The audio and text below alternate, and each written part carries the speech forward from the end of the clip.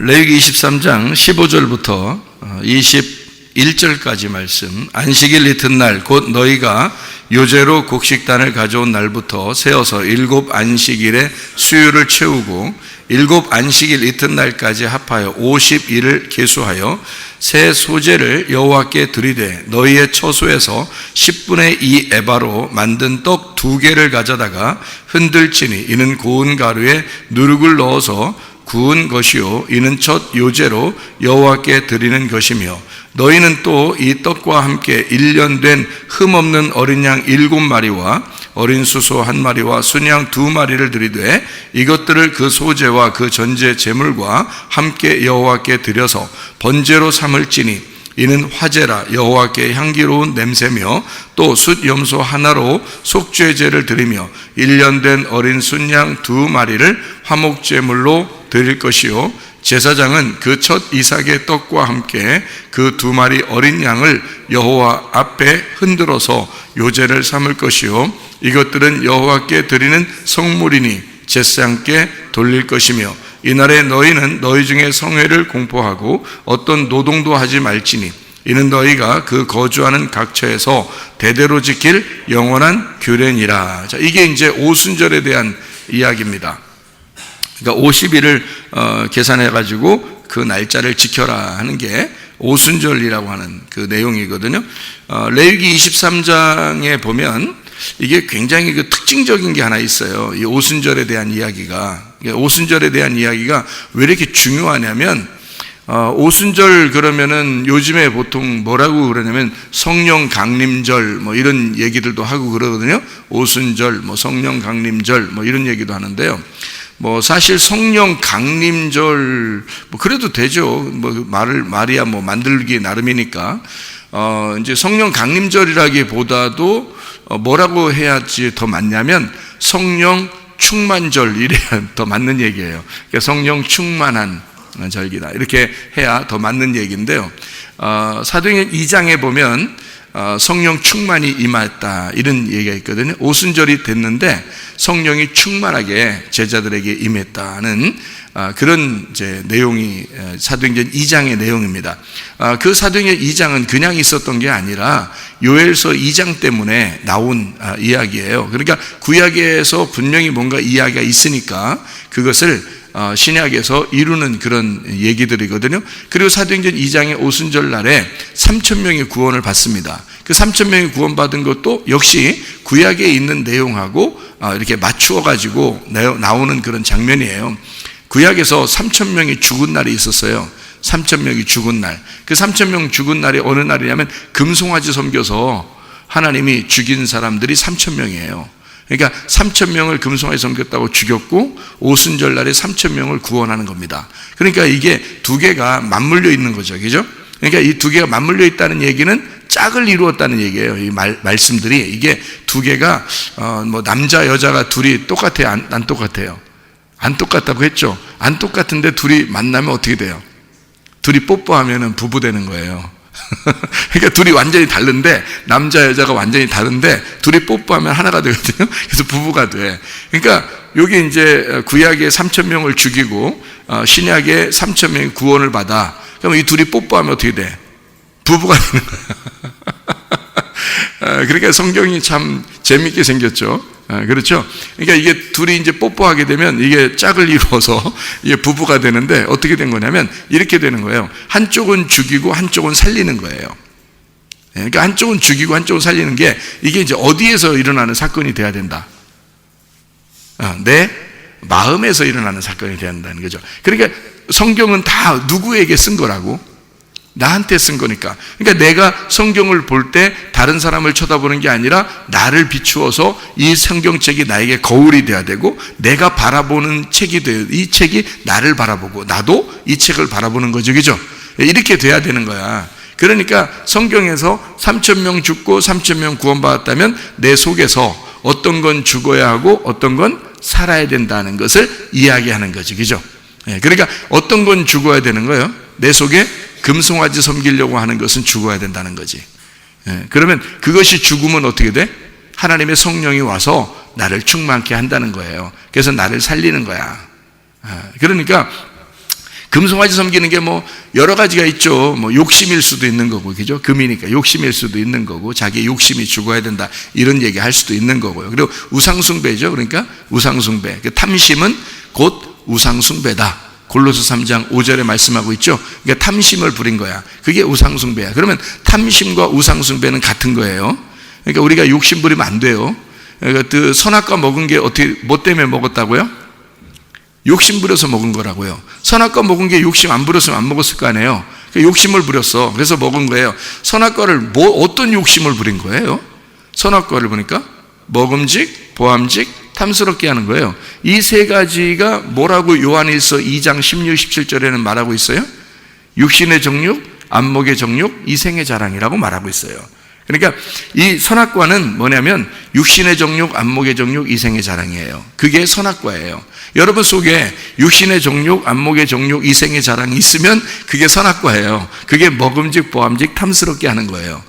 그걸 뭐라고 한마디로 말하면 탐심이라 그러는 거고, 그걸 욕심이라 그러는 거예요. 탐심과 욕심은 그러니까 도둑놈이죠. 그래서 도둑놈이라 그러는 거고, 그 도둑놈은 하나님을 죽이는 것이니까 살인하는 것이다, 그렇게 말하는 거예요. 그러니까 살인하는 것과 도둑놈과 탐심은 똑같은 거예요.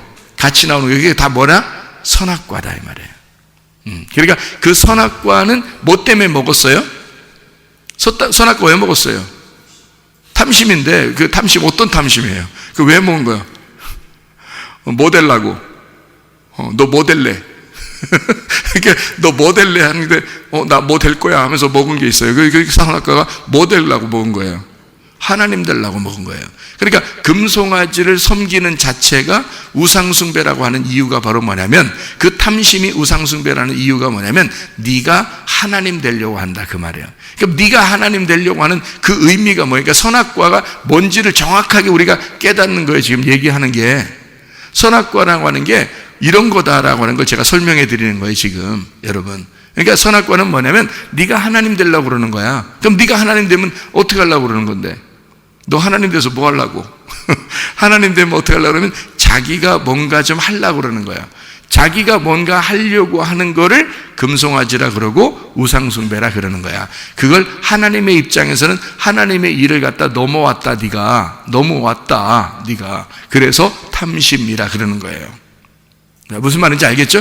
그러니까 하나님은 그러면 반대로 해야 되겠죠? 반대로. 네? 반대로 해야 되잖아. 하나님이 그러면 자, 너희들이 죽을 짓은 뭐야? 우상숭배고, 죽을 짓은 탐심인데, 그게 선악과야.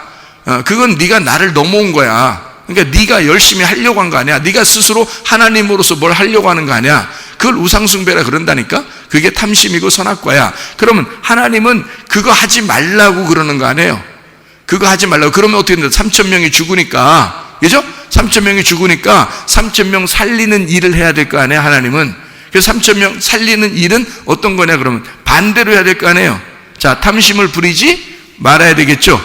우상숭배하지 말아야 되겠죠. 선악과 먹지 말고 생명나무 먹는 날이 돼야 되겠죠. 그러니까 반대로 돼야 되니까, 그죠? 그러니까 둘이 뽀뽀하면 한 부부가 된다니까. 이 구약과 신약이 뽀뽀하면 한 부부가 되는 거야 그냥. 그래가지고 자, 반대로 얘기하는 거예요. 그러니까 성령 충만을 받으면 이렇게 되는 거예요. 너 죽지 않고 산다는 얘기고요. 생명을 얻는다는 얘기고, 생기가 들어온다. 그게 성령이에요. 성령이 충만하게 된다는 얘기야. 그러니까 우상숭배 안 하게 되고, 탐심 안 하게 되고, 욕심 안 부리고 말이에요. 겸손하게 되고, 자기를 가난하게 심령을 비우게 되고, 그리고 생기가 불어와서 자기를 이렇게 영적으로 하나님과 동행하도록 부유하게 그렇게 만들어준다는 거죠. 그러니까 요게 이제 반대적이죠. 그러니까 우리가 욕심 부리지 않고 먹음직, 보암직, 탐스럽게 하는 이 땅의 것을 구하지 않고 생명나무에 대하여 먹음직, 보암직, 탐스럽게 만들어 놓는다는 거지. 그러니까 반대로 만들어 놓는 거니까. 그죠? 그게 어떤 날이냐면 3,000명 구원받는 오순절이라는 거지. 그게. 그러니까 선악과 먹는 거하고 굉장히 비슷한 날에 이루어지는 거죠. 그러니까 봐요. 선악과 먹는 거하고 반대로 만들어 놓는 날이 오순절 날이야. 그래서 오순절 날이 굉장히 중요한 거예요. 오순절 날이. 그러니까 오순절 날에는 뭐 때문에 있는 거라고요? 뭐 때문에 있는 게 오순절 날이라고요? 죄를 지어 선악과를 먹었기 때문에 생겨나는 날이 오순절 날이라고요. 그렇게 보니까 그렇기도 하네 이렇게 생각이 되죠, 그죠? 예, 그걸 제가 설명을 해드리려고 그러는 거예요. 그러니까 오순절 날을 어렵게 왜 만들어놨나 하나님이, 왜 이렇게 오순절 날을 만들어놨나 이렇게 생각하는 게 여러분 복잡한 게 아니고요. 이 날을 어떤 날하고 이렇게 맞춰놓으면 딱 맞냐면 선악과 먹는 날하고 딱 맞춰놓으면 딱 오순절 날이 반대로 이루어진 날이에요. 그러니까 선악과 먹는 게 뭐라고? 탐심이고 우상숭배고 3,000명 죽은 날이라고. 그러면 예수님이 이제 우리에게 오셔서 성령 충만하게 하셔서 3,000명이 구원받는 날, 하나님의 성령의 충만이 임하는 날, 이렇게 바꾸어가지고 우리 욕심이 다 탐심이 사라지고 우상숭배가 사라지고 내 속에서 우상숭배가 죽고 탐심이 죽고 이 속에 있는 선악과가 죽으면 생명나무가 남게 되고 우리에게 생기가 불어와서 성령의 충만이 이루어지는 날, 이거를 오순절 날이라고 그런다. 이렇게. 그게 다 어디 이루어지는 사건이다? 내 마음에서 이루어지는 사건이다. 그러니까 내 마음 안에 3,000명이 죽고 내 마음 안에 3,000명이 부활하는 것이다 이 말이에요. 이게 성경에 이제 둘이 뽀뽀한 거죠. 둘이 뽀뽀해가지고 둘이 부부가 된 거야. 3,000명 죽고 3,000명이 부활한 거지. 이렇게 살아나는 역사죠. 그 뽀뽀하는 장면이, 성경 뽀뽀하는 장면이요, 또 한 군데 나오는데, 광야에서 이스라엘 백성들이 다 죽어요, 안 죽어요? 죽어요. 그러면 다 죽었으면 거기서 나온 사람들 중에서 죽은 사람들이 많아요. 꽤 많아요. 애굽에서 나와가지고 광야에서 다 죽었잖아요. 누구만 빼놓고 다 죽었어요? 여호수아와 갈렙만 빼놓고 다 죽었어요. 그리고 광야에서 다 태어났거든요. 그럼 우리가 생각할 때는 광야에서 다 죽는데 큰일 났다. 우리 구원받을 사람도 별로 없고 다 죽는가 보다. 그러니까 성경은 그렇게 보면 다른 사람에 대해서 보는 거잖아. 그러면 안 되죠. 누구를 보라겠어요? 나를 바라보는 거지. 그럼 광야에서 죽는 게 어디서 일어나는 사건이야? 내 마음에서 일어나는 사건이라고요. 그러면 광야에서 죽어야 되면 나머지 여호수아 갈렙이 살아나서 가나안 땅에 들어가게 되겠죠. 그러면 내 속에 죽는 것이 있어야 살아나서 가나안 땅에 들어가는 게 있는 거지. 그러니까 내 육체적인 삶, 애굽을 바라보는 그 삶은 내 속에서 죽어야 하고, 내 속에서 뭐가 살아나야 된다? 가나안 땅을 그리워하고 가나안 땅을 바라보는 소망을 가진 믿음이 살아나야 된다, 그 말이지. 그렇죠? 그러면은 광야에서 죽은 사람들은 뭐예요? 진짜 죽었잖아요. 근데 죽은 사람들 중에서 구원 한 명도 못 받았을까? 여러분 생각해 보세요. 광야에서 죽은 사람들이 누구예요? 모세, 그리고 아론. 다 광야에서 죽었어요. 가나안 땅 못 들어갔어요. 광야에서 다 죽었다고. 그러면 모세하고 아론하고 하늘나라 올라가면 없겠네. 우리가 하늘나라 올라가면 모세하고 아론은 못 찾겠네. 그러면 그렇게 성경을 보면 어떻게 해요? 말이 안 되죠. 이게 모세 분명히 있다니까요.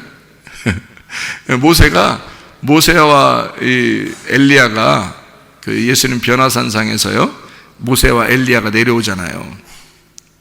그 하늘에서 영적 세계에서 이렇게 와가지고 예수님하고 대화하는 장면, 베드로가 깜짝 놀래가지고 거기다 집 짓고서 막 살자고 하잖아. 너무 빛이 나고 좋으니까. 그러니까 모세와 엘리야가 내려온 이유가 있어요. 왜요? 모세는 율법의 대표고 엘리야는 선지자의 대표예요. 그래서 율법과 선지자로 되어 있는 게 뭐야? 구약 성경이에요.